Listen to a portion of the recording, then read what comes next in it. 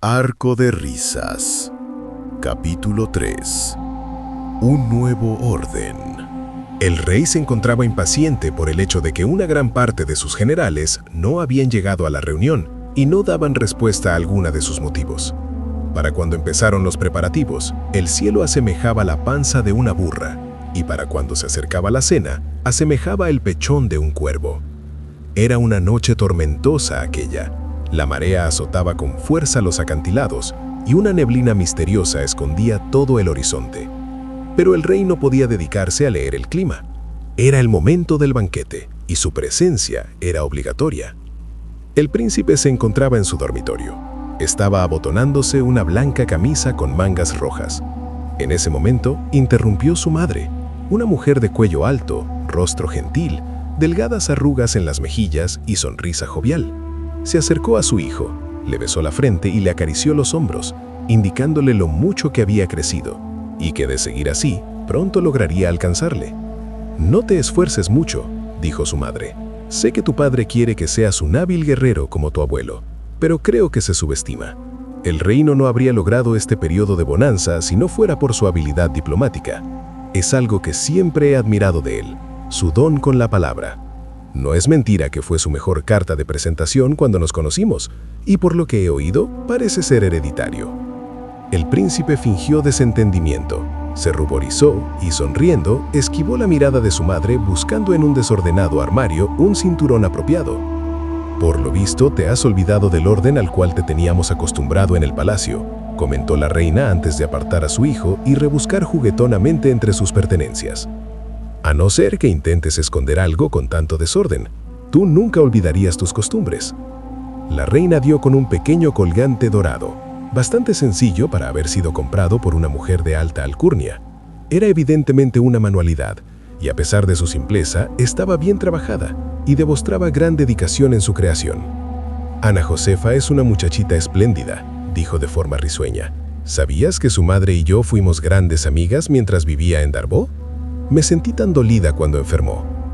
En ese momento, tocó la puerta el mayordomo de la fortaleza, quien, dicho sea de paso, se llamaba Carmoran.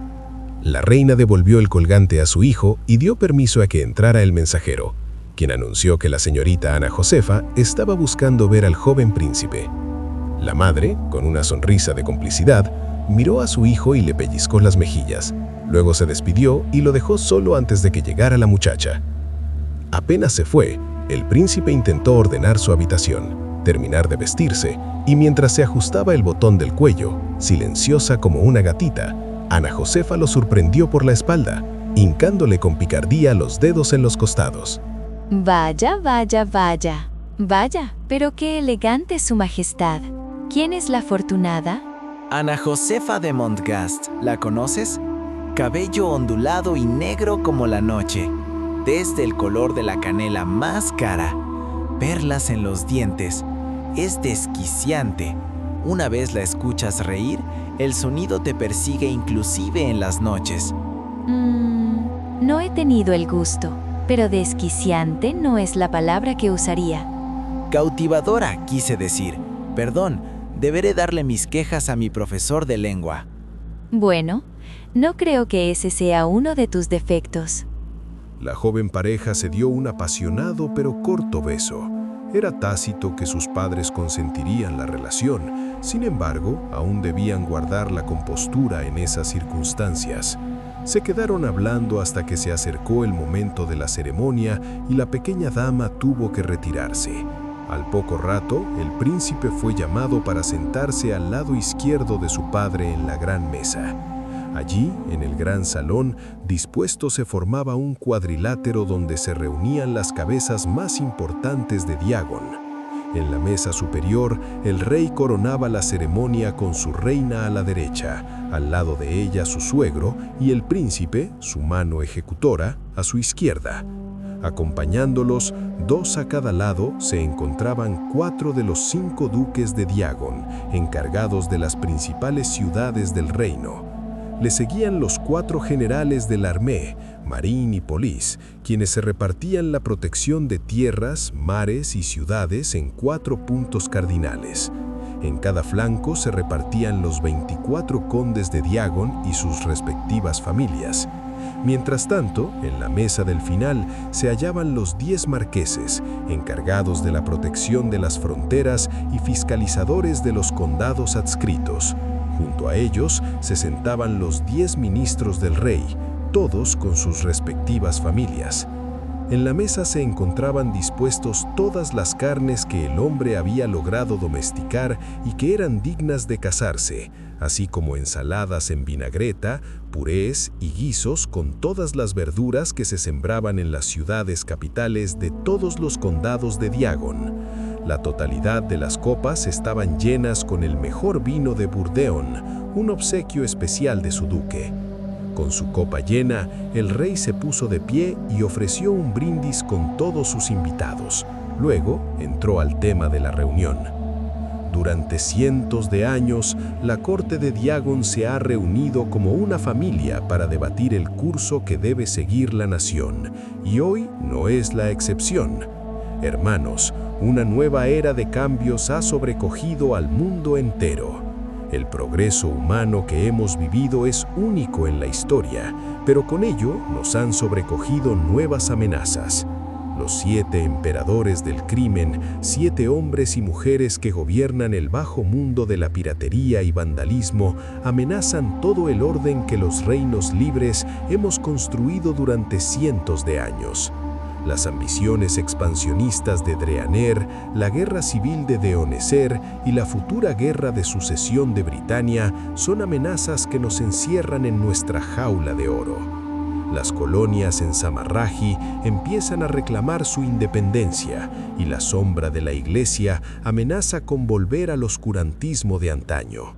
Mientras tanto, el gobierno mundial se ha preocupado por su propia supervivencia antes que poner fin a estos problemas. Somos más de 100 los reinos que conformamos esta organización. Sin embargo, 10 de cada 100 hombres son diagoneses y la cantidad de dinero que destinamos a esta supuesta paz no es justa. Díganme, señores, ¿acaso nosotros mismos no somos los que más sabemos de nuestros problemas? ¿Por qué debemos de preocuparnos por proteger insignificantes islas donde el sol no llega, mientras nuestros puertos son atacados por piratas? El gobierno mundial no ha logrado su objetivo de un mundo en paz durante más de 1000 años. Bueno, es momento de abandonar los ideales ilusos y proponernos una meta que realmente importe. ¿Paz en nuestros tiempos? Yo les digo, mis hermanos, paz en nuestras tierras, paz para Diagon. Los vítores no se hicieron esperar. El discurso del rey parecía completamente lógico para los nobles, quienes siempre se habían mostrado recelosos de su dinero. Los altos generales discutían las probables consecuencias que algo así tendría para el reino.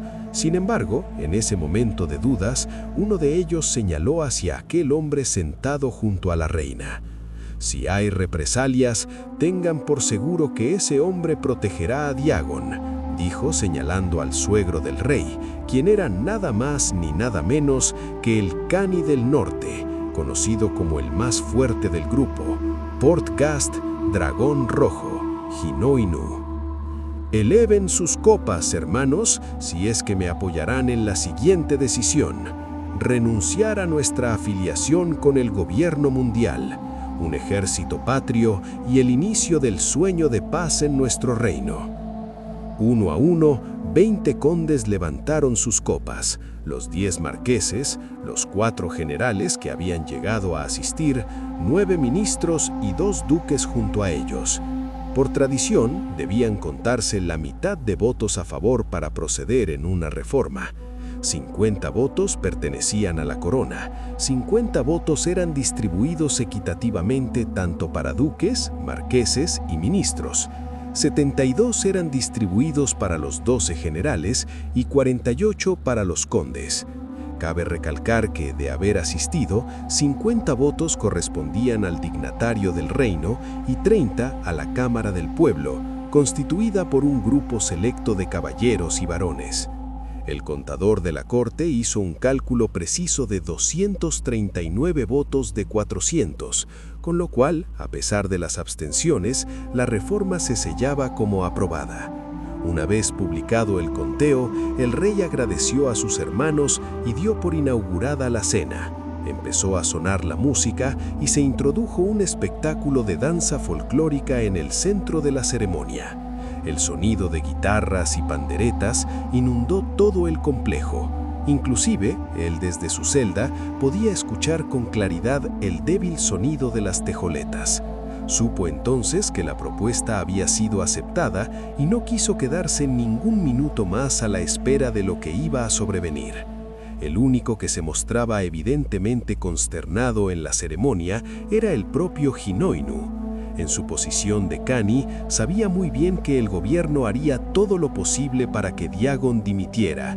El objetivo de realizar la ceremonia fuera del Palacio Real era evitar que se filtre información sobre la localización y fecha de la reunión, momento en el cual estarían más vulnerables a las represalias del gobierno, que era imperativo llevar a cabo para mantener el debido proceso. La fortaleza apenas tenía personal y la gran mayoría era directamente contratado por la corona. No existía forma de que el gobierno supiera qué hacían allí. A sus ojos era una ceremonia más. Sin embargo, Hinoinu ignoraba un detalle crucial: la conspiración de la cual el mundo sabía. Así fue que con la mayor prisa posible, todos los nobles fueron dirigidos a resguardarse. Los únicos que se quedaron en el salón fue el propio rey, su ministro de guerra y los generales. Todos, inclusive el propio rey, sirvieron a la voz de liderazgo del Kani, preparándose en posiciones estratégicas para el resguardo de la fortaleza. En ese momento, para buena fortuna del rey, llegaron a la fortaleza los varones, caballeros, capitanes y generales faltantes. Las puertas del flanco derecho fueron abiertas e ingresaron los refuerzos. No hubo tiempo para pedir excusas, por lo cual los caballeros y varones fueron dispuestos a proteger a los nobles invitados en el sótano. Mientras tanto, los generales se encargarían de dirigir a los soldados. Hinoinu se posicionó en el flanco izquierdo de la fortaleza, cima desde la cual pudo divisar el ejército enemigo. Apenas una cohorte de soldados se disponía en el estrecho corredor que formaba el acantilado. Hinoinu pudo ver varios rostros conocidos, soldados de gran maestría en la batalla, pero toda su atención estaba en quien dirigía la cohorte. Se trataba del vicekani Momohiro, encargado del cuartel G7 del Armée. Su rostro era severo, de mandíbula sobresaliente y mentón ancho. Tenía la cabeza rapada a excepción de una larga cola de caballo de cabellera rosa rojiza, la cual llegaba hasta su cintura.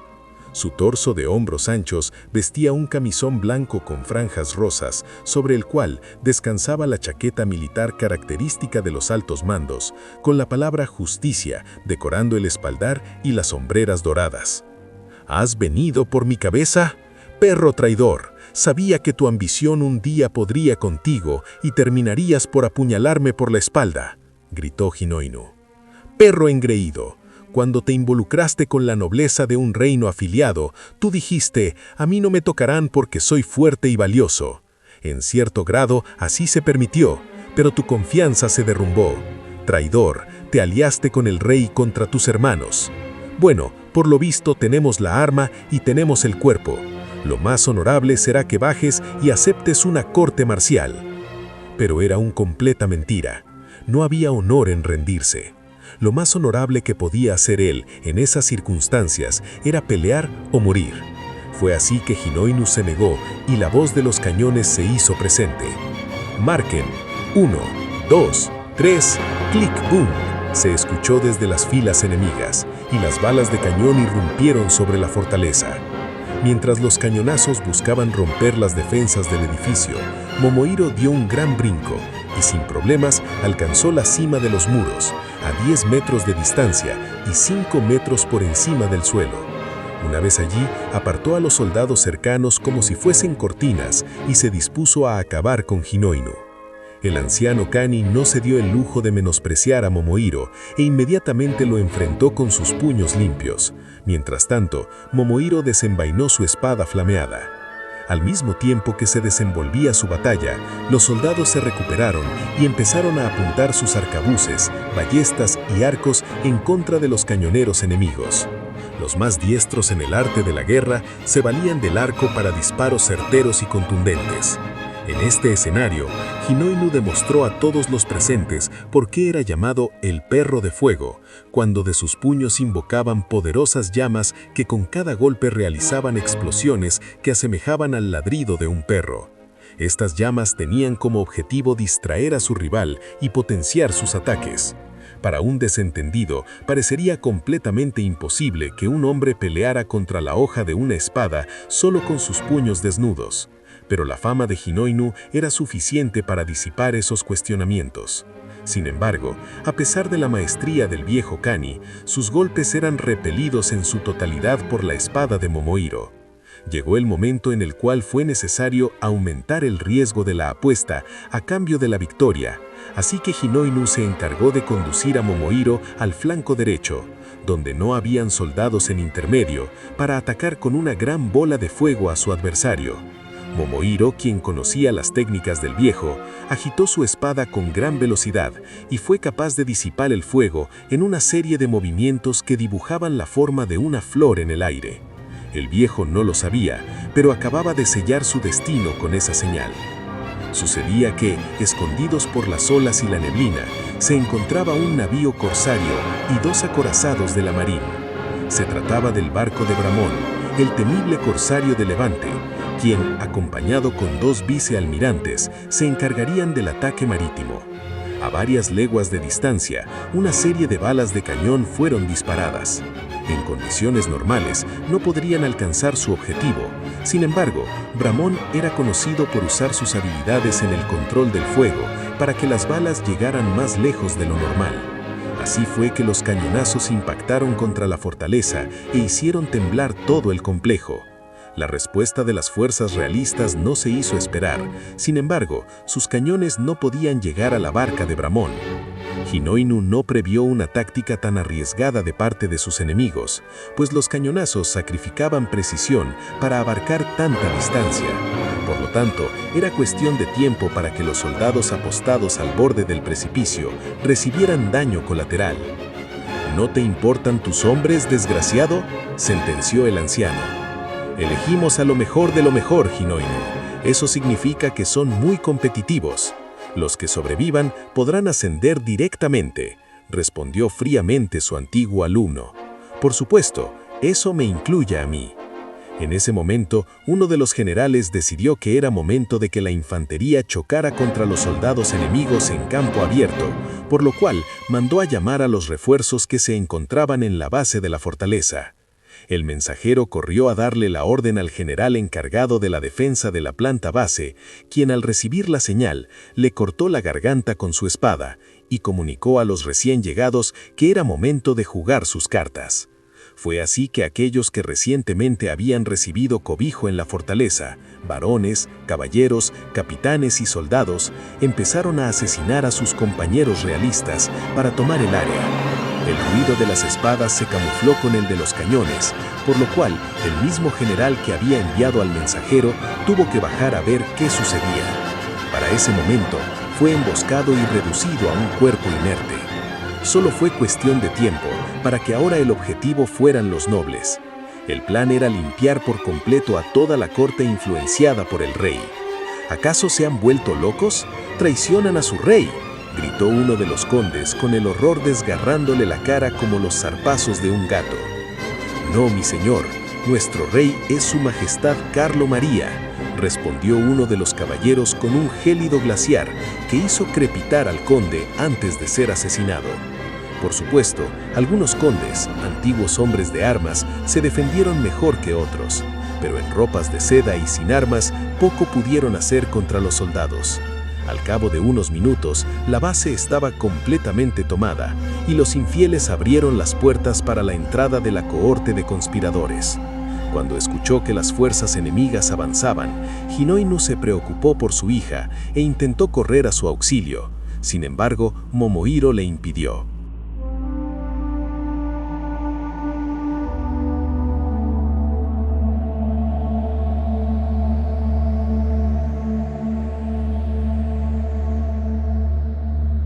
En condiciones normales, quizá el resultado hubiese sido diferente. Pero no puedes preocuparte por el rey, tu hija y tu nieto al mismo tiempo que dirigir a tus hombres y enfrentarme. La batalla estaba perdida desde el momento en que tu defensa mental fue quebrada. «Ríndete, Hino Inu», gritó Momohiro. El anciano general se negó rotundamente. «¡Jamás!». Momohiro dio una sonrisa y sus ojos se encendieron con un chispazo lila. Era lo que esperaba del más poderoso entre los emperadores. Momohiro encendió su espada en fuego verdadero y se preparó para atacar. Un silencioso mantra, castigo de San Benigno, se le escuchó murmurar. El ataque disparó 2 cortes largos simultáneos en paralelo, apuntados hacia los pies y la cabeza de su rival. Luego de un breve juicio, Hino Inu optó por cubrirse la cabeza primero. Sin embargo, Momohiro podía alterar a voluntad la potencia de sus cortes, así que intensificó su ataque contra las piernas del viejo para desestabilizarlo. Acto seguido, Momohiro se adelantó a dar un corte en aspa sobre el pecho de su rival. La técnica era arriesgada y Momohiro casi fue capturado por los puños del anciano, pero se impulsó con el último corte para guardar su distancia. En respuesta, Hino Inu creó una serie de puños de fuego que surcaron el trecho entre ambos. Momohiro disuadió esta técnica con facilidad usando su espada, pero cuando empezaba a trabajar con su memoria muscular, un puño lanzado con mayor fuerza logró desequilibrarlo hacia la derecha, momento que aprovechó Hino Inu para atacarle con una patada envuelta en fuego sobre el flanco izquierdo del torso. Lastimosamente, Momohiro se repuso rápidamente e intentó cortar el torso del contrincante. Hino Inu, debido a su experticia, previó el ataque y pudo evitarlo. En ese momento de tensión, ambos fueron interrumpidos por las balas de cañón de Bramón. Una bala cayó muy cerca de Hino Inu, momento que Momohiro aprovechó para asestarle un golpe crítico en su lado derecho. Con las fuerzas realistas reducidas, los barcos enemigos empezaron a acercarse y sería cuestión de tiempo para que el fuego enemigo se triplicara. La base estaba tomada y el flanco derecho no resistiría lo suficiente. La totalidad de la batalla dependía de que Momohiro fuese derrotado. En un acto arriesgado, Hino Inu invocó una gran llamarada de fuego que se dirigió desde sus pies hasta sus manos, donde concentró su poder y rezó un mantra, Fosse Dioné. En un acto apresurado, disparó contra Momohiro un círculo de fuego que lo lanzó cientos de metros lejos. Sería más que un gusto enfrentarme a ese hombre en batalla, dijo sonriendo Bramón a sus camaradas. Sus puños son capaces de derretir la piedra sólida e incendiar un pueblo entero. Un poder ciertamente aterrador. Debo decir que incluso mi poder tiene sus límites cuando hablamos de los emperadores. Al menos, nadie podrá hacer que olvide este espectáculo. Acto seguido, desde uno de los acorazados enemigos, con la suficiente distancia de 2 leguas marinas, el vicealmirante Marjani pudo ejecutar su famosa técnica del torpedo humano. Se lanzó al mar sin ningún miedo y como si consistiera en una reacción espontánea, al contactar con el agua, salió disparado a una velocidad impresionante. Una vez llegó a la costa, aquel que aspiraba al puesto de almirante levantó una enorme ola que azotó la fortaleza. Completamente empapado, Hino Inu se hallaba en desventaja, pues su fuego se volvió lento y redujo su poder. Para ese momento, Momohiro había logrado volver y usando solamente su habilidad con la espada, reanudó el duelo contra el viejo Kani. Inclusive en esas condiciones, Hino Inu era un enemigo formidable. Sin embargo, Marjani no cesaba en sus ataques. La fuerza de las olas era cada vez mayor, e inclusive la colonia de halcones marinos que estaba cerca de la fortaleza levantó vuelo para huir de sus ancestrales acantilados. Hinohino intentó que Momohiro cayera al mar en reiteradas ocasiones. Sin embargo, siempre lograba detenerse o, en su defecto, Marjani evitaba que cayera usando una serie de serpientes de agua que manejaba como brazos desde su posición en el mar.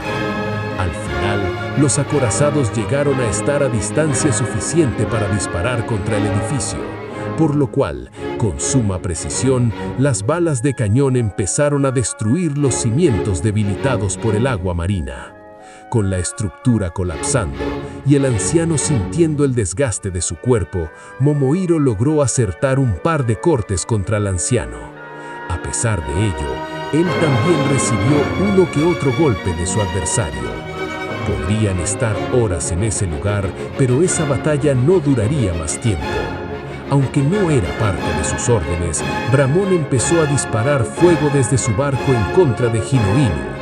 La sorpresa hizo que el viejo se distrajera y en ese momento, Momohiro aprovechó para interponerse entre el ataque de Bramón y Hinohino. Momohiro se quemó la espalda, pero a cambio pudo agarrar desprevenido a Hinohino. El aprendiz había superado al maestro y lo demostraba con un corte profundo en el pecho. Tan fuerte fue el golpe que el techo del edificio finalmente cedió y cayeron juntos a la base. Con el pecho ensangrentado, Hinohino se levantó solo para darse con la sorpresa de que Momohiro había logrado quedarse en el segundo piso y él yacía destruido en la primera planta. «Este es el final, amigo mío», pensó para sí mismo Momohiro, al mismo tiempo que se preparaba para el ataque final. El tiempo pareció detenerse para Hinohino. Incapaz de haber protegido a su familia y servido fielmente a su institución, su mente buscaba un punto de fuga en la obra macabra que veía en sus ojos. El anciano miró el agujero que había dejado en la estructura y vio que un halcón marino atravesaba el solitario cielo. Los recuerdos de una vida pasaron a través de sus ojos y en sus últimos segundos de vida escuchó el llanto de una bebé. «Adiós, mi hija», pensó para sí mismo mientras veía los ojos de su antiguo compañero. Bramón, quien veía todo el espectáculo en primera fila, observó como una columna de fuego fulminante abatían a un derrotado Hinohino.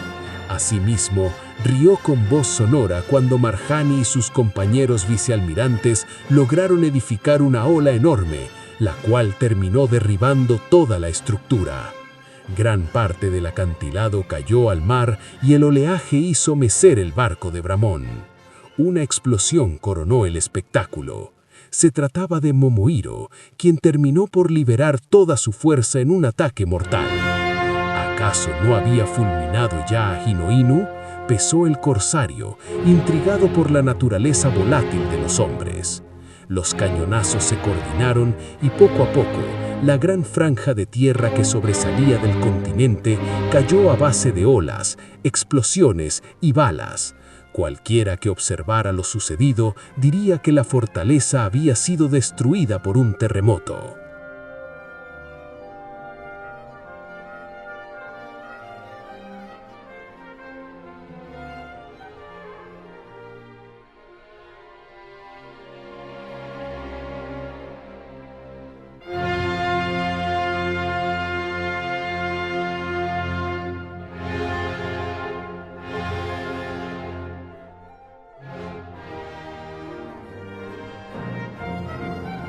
Habían transcurrido 2 semanas desde los sucesos que llevaron al secuestro de la capital.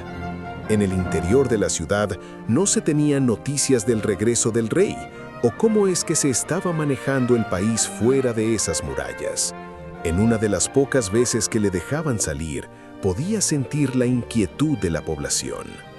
La confusión era palpable, de forma que muchas amas de casa divagaban entre callejón y callejón sin saber si sus caseros seguirían en su lugar o si una avenida seguía siendo transitable. Para los ciudadanos ricenses, tan acostumbrados a la comodidad y rutina, era extraño ver a los soldados patrullar fuera de sus horarios normales, con un rostro de pocos amigos. A veces, un soldado interrumpía a cualquier peatón, estuviera solo o acompañado, y le pedía cargar su equipaje con fines siempre misteriosos. Nadie asomaba por la ventana. Nadie regaba los jardines.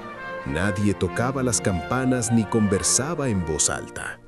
Alexander había progresado en gran medida con el estricto entrenamiento de Chemin. Las rutinas eran extenuantes y se usaban muchos recursos para sanar sus heridas al final de cada sesión. Para cuando acabó su tránsito entre el entrenamiento y el hospital, las puertas volvieron a sentirse como un muro infranqueable que los separaba de la realidad, de lo que se susurraba en las noches y el polvorín de maquinaciones que esperaba el mínimo chispazo para encenderse. El joven muchacho no lo sabía, pero fuera de las murallas se había librado una verdadera purga.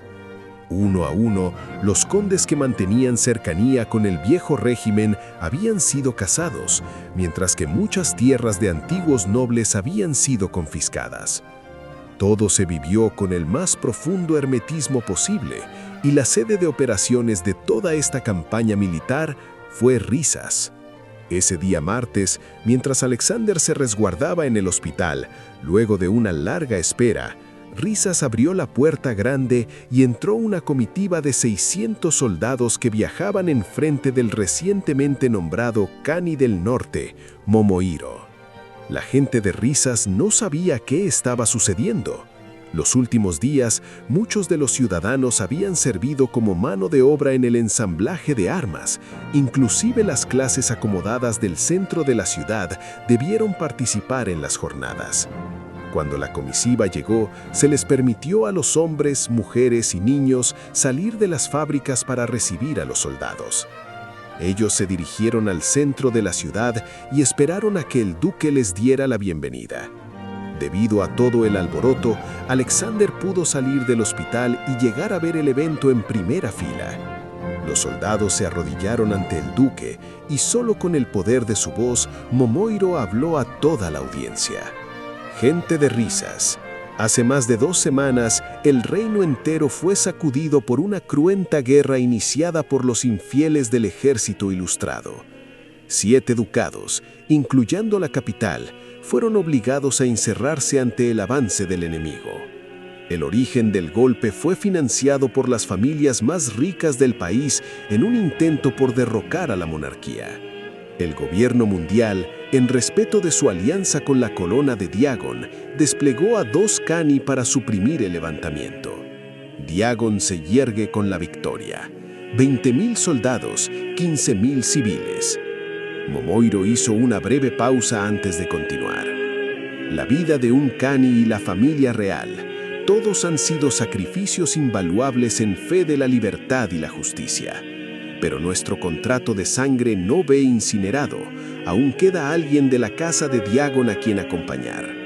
Carlo María Diagon Portcast, archiduque de Risas, único hijo de la casa de Diagon. El contrato de sangre nos obliga a tomar juramento de hermandad con su majestad. La confusión de la población no hizo nada más que crecer.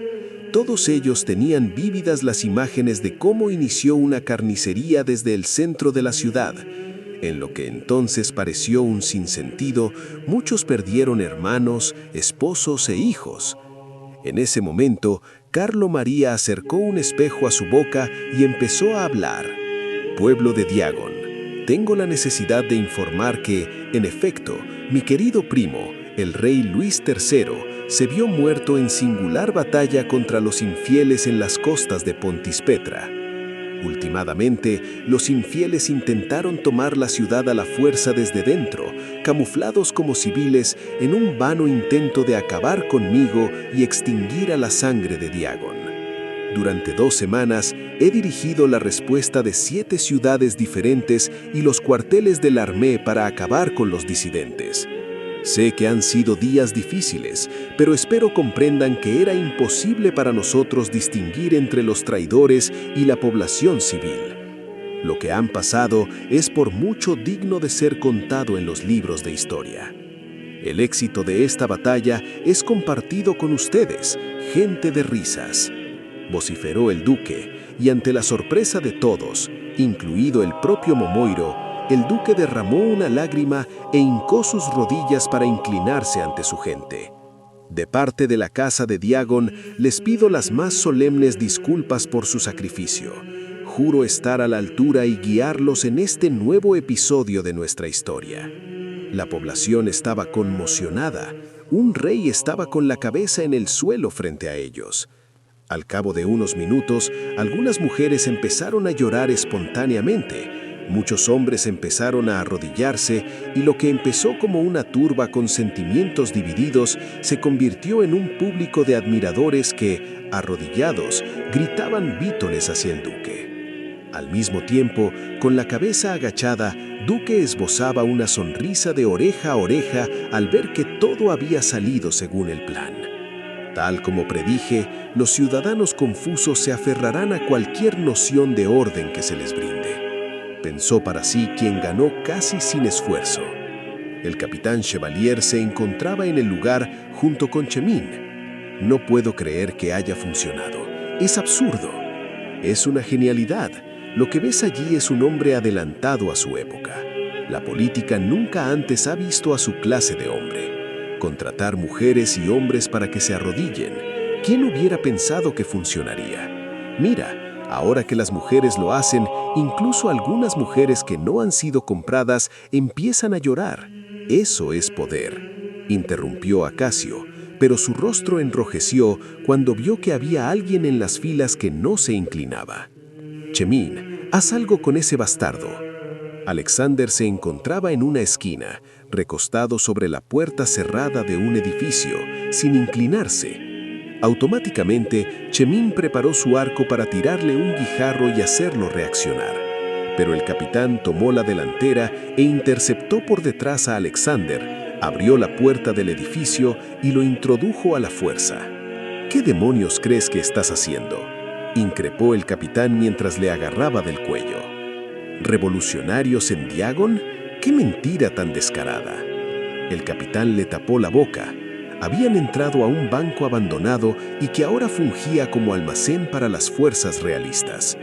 No me vengas con estupideces. Escucha, Alexander. Solo porque no quiero verte muerto es que te diré esto. Será mejor que controles tu boca o te puede caer algo más duro que una piedra. «¡Patrañas!», gritó Alexander y lo empujó hacia atrás.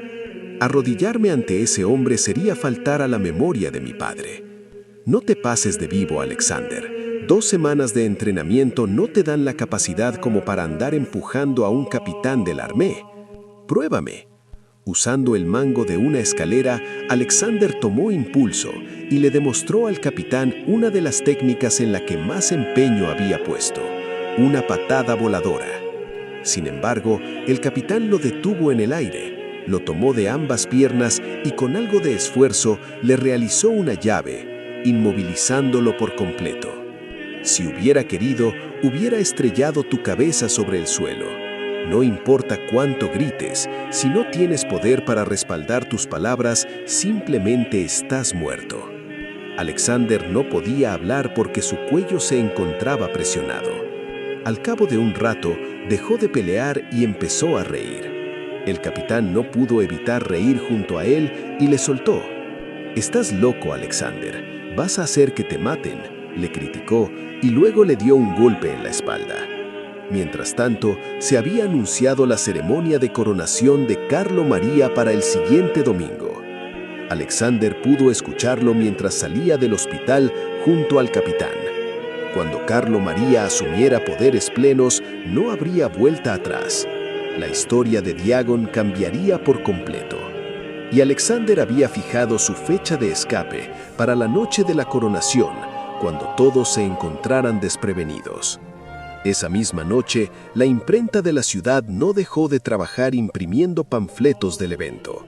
A pesar de la cruenta guerra librada hace poco, el país debía vestirse de fiesta para tan magno evento.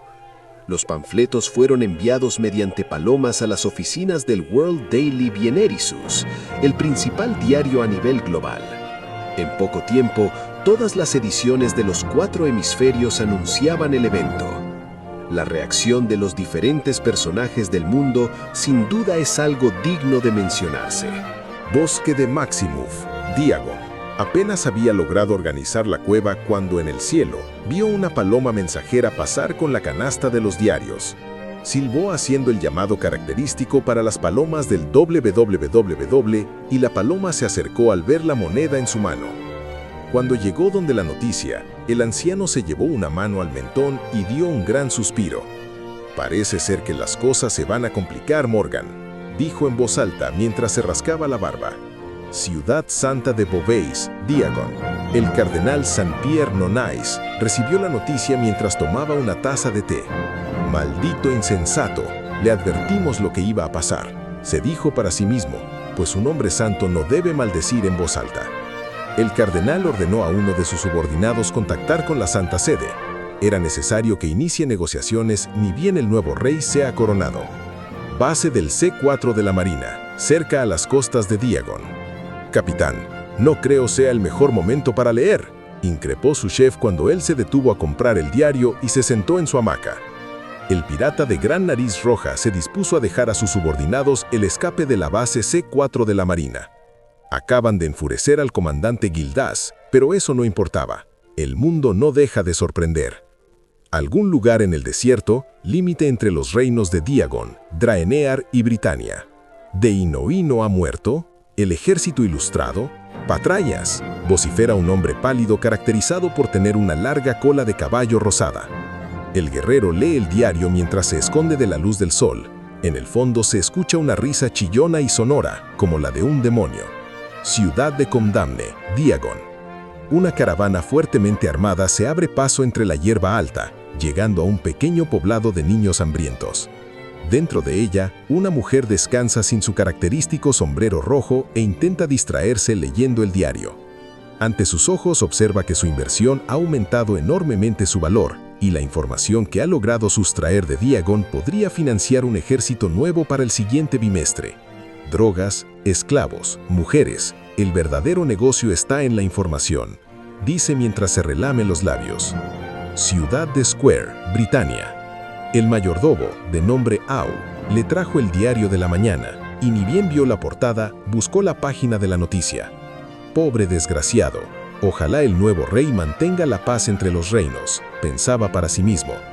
El sonido de sus sandalias de madera, el brillo de su espada, la solemnidad de su caminar, la imagen de un verdadero guerrero. Lástima que la aburguesada gente de Square no valore ya el honor de los hombres de armas. Algún lugar entre acantilados, Draenor. El corpulento hombre ha derribado una paloma y se ha hecho con su carga. Hace tiempo que no recibe directamente un diario de este tipo. ¿Una oportunidad prometedora o un nuevo obstáculo? Se cuestiona cuando lee que un nuevo rey ascenderá al trono de Diagon, su reino vecino. A su costado se observan sus fieles soldados, ángeles negros que debajo del sol se esconden debajo de armaduras siniestras y medallas plateadas. Despacho del alcaide, algún lugar sin reino. Depositó su Biblia en el escritorio de enfrente. Se quitó la diana plateada y la túnica para descansar durante un breve momento. Tomó el diario de su mesa y revisa la sección de criminales. Por debajo del diario se deslizan par de hojas, donde observa que el joven Carlo María será coronado y el viejo lobo ha escapado nuevamente. Repasa con sus gruesos dedos el mango de su guadaña y se dice para sí mismo: «Diagon tiene muchos criminales libres, será mejor que alguien ponga mano dura». Ciudad de Amaru, algún lugar sin justicia.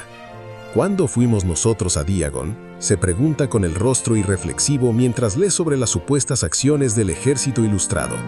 El hombre tiene una túnica verde y un gran sombrero que cubre sus rizos castaños. En la sombra, con los pies sobre la mesa, lee el diario rodeado de cientos de libros que forman pilas y pilas alrededor suyo. En la puerta se ve un emblema. Se trata de un ojo sobre una vela encerrada entre triángulos y círculos. El capitán se encontraba trazando un plan para emboscar a unos traficantes que trabajaban en las cercanías a Risas.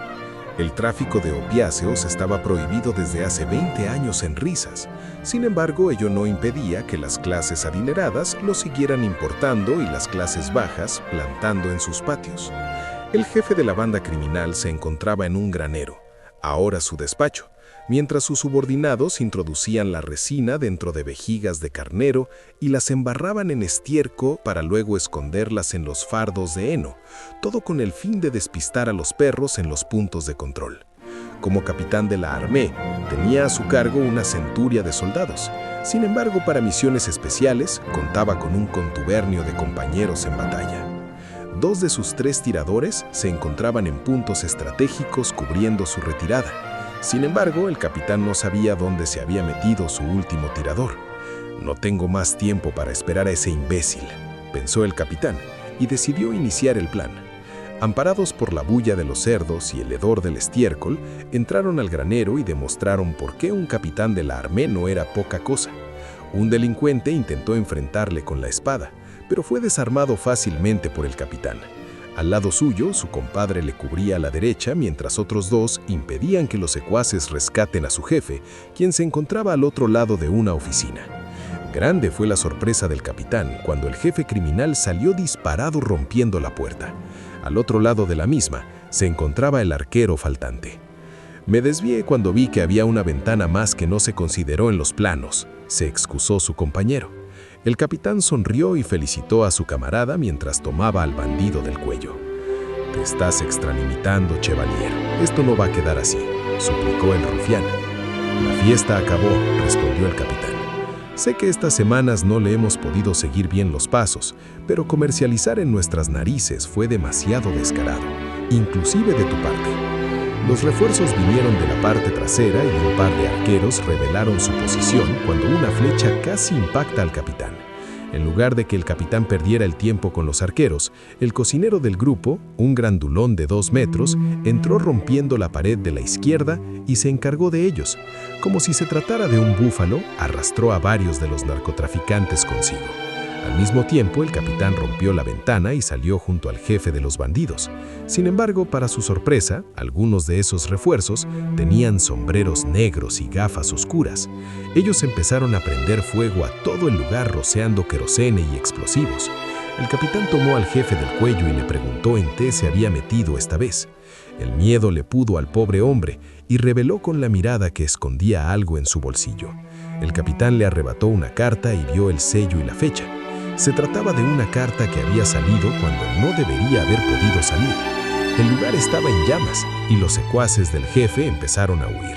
Tenían a su líder, por lo que el protocolo dictaba atacar sin temor a matar, y como buenos soldados se cumplió la orden. Los agentes con sombrero negro se retiraron y no fueron perseguidos.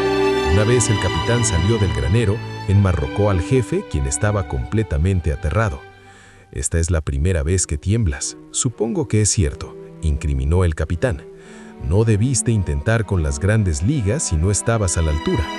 Esos sombreros, la banda de bandera roja no es un juego de niños». El capitán abrió la carta y lo que observó le dejó completamente perplejo. Furioso, pateó en la boca al jefe y le voló un diente. El asunto: alguien había estado vendiendo información sobre lo sucedido en Risas durante su secuestro. No muy lejos de allí, entre un pequeño conjunto de árboles, Alexander se encontraba entrenando con Chemin. La rutina era extenuante, pues cada mañana Chemin obligaba al muchacho a trotar todo el trayecto hacia ese lugar. Posteriormente, Alexander debía saltar intentando alcanzar las manzanas de un árbol sin éxito. Después del extenuante ejercicio, Chemin vendaba al chico en un ejercicio que consistía en esquivar los golpes que provenían de un palo con una campanilla atada en la punta. «Eres muy débil para aspirar a dar un golpe», le dijo el primer día de entrenamiento. «El mayor momento de exposición se encuentra en el ataque. Debes entrenar para sobrevivir antes de entrenar para atacar». Pero Alexander quería aprender a lanzar golpes y siempre le pedía a Chemin que le enseñara a manejar una espada o disparar cañones. Ese día hubo algo particular en el viento. Quizá fue algo que desayunó o un susurro entre las hojas. Chemin recordó cuando no era más fuerte que ese pequeño chico, lleno de ilusas ambiciones y malos conceptos del mundo. Recordó el olor del ron en el traje de su maestro, sus ojos verdes y la sonrisa de un viejo lobo. La magia florece en almas extraordinarias. Alguien con tu historia es seguro que sea uno de esos pocos, pero ten cuidado, porque solo la voluntad prevalece al poder, le dijo antes de contarle una vieja historia. Allá, en el horizonte, se observaban las montañas que cercaban a Risas, los muros primigenios que salvaban al pueblo de las invasiones bárbaras. ¿Quieres escuchar una historia?, cuestionó Chemin, a lo cual evidentemente Alexander respondió que sí, mientras continuaba con sus ejercicios. Hace mucho tiempo vino a Risas un viejo mago. Su nombre era Isaac Wheaton, el Santo. Fue un viejo del alto clero de la iglesia. Se retiró a la cima de la montaña que hoy lleva su nombre y allí se dedicó a la meditación y entrenamiento. Nadie sabe por qué decidió internarse en lo profundo de esa montaña, pero se sabe algo de él. Cada día, usando su lanza, daba una pulsada al cielo. Cada día, más fuerte. Pasaron 5 años y se empezó a creer que Isaac había muerto. Un día, el cardenal se decidió a buscarle. Cuando se encontraba camino a la montaña, vio cómo de ella salía disparada una ráfaga de energía dirigida al pico de la misma. Isaac Wheaton había conseguido lo imposible. Partió los cielos y la montaña en 2. Cuando terminó su historia, Chemin señaló el pico de la montaña Wheaton, la cual tenía 2 picos con un gran espacio entre medio. Alexander volteó para ver el sitio y, de hecho, siempre le había parecido curiosa esa forma de la montaña, pero recién ahora comprendía la razón de ser de esto. ¿Por qué me cuentas esto? Un silencio incómodo se derramó en el ambiente, breve pero pesado. No lo sé, respondió Chemin. Luego volteó y vio que Alexander le respondía con una sonrisa, tan cándida como una luciérnaga en la noche. El entrenamiento siguió con una serie de estiramientos que no hacían nada más que darle risa a Alexander, por su semejanza con las acrobacias de un bailarín. Por un momento, por un breve espacio de tiempo, Chemin pareció disfrutar de la compañía del muchacho. Cuando una reflexión se colaba en su bóveda craneal, él la desterraba con gritos: «¡Más rápido! ¡Más perfecto!». Mientras ambos seguían trabajando, cerca de allí, el grupo del capitán cabalgaba a gran velocidad. Llegaron en un parpadeo y el capitán se entrevistó con el duque. «Donde hay miel siempre vendrán moscas», dijo el duque con la tranquilidad que lo caracterizaba. «Sabemos que Bandera Roja responde a un único hombre. El emperador Iván Job no es alguien que esté en nuestras posibilidades. ¿Cree usted que esto concierna a un cani? Creo que más importante que destruir la información es conocer dicha información», sentenció el duque. «Las cartas más comprometidas fueron rápidamente eliminadas hasta donde tenemos conocimiento, y la correspondencia de un civil no es de importancia. Sin embargo, un informante, saber quién sería es una misión titánica, y no podemos darle una poción de verdad a cada soldado a nuestro mando». «¿Qué sugiere que hagamos?», cuestionó el militar. «Es algo en lo que he estado pensando últimamente. Es imposible que este sea un evento aislado. Solicitaré que la Armée tome medidas más severas en el asunto. No solo es mi credibilidad la cual está en juego. Además, existen rumores de que Rizo Marún se encuentra en movimiento. Es momento de que el G5 envíe a su campeón», respondió el duque. «Las cosas parece que no serán tan fáciles después del gran domingo», respondió el capitán. El duque hizo una pausa y esbozó una sonrisa apenas visible antes de hablar. «Hasta ahora les he dado órdenes directas porque son oficiales cercanos, pero pronto no seré la autoridad de un reino, sino de un entero reino. Y es por eso que mi primera acción como rey será darle a uno de ustedes el cargo de dignatario. Eres afortunado, Chevalier, porque este tema aún debo discutirlo con Chemin. Por lo tanto, eres el segundo en enterarse de que la competencia por la silla grande ha comenzado», añadió Acacio, que acababa de entrar al salón.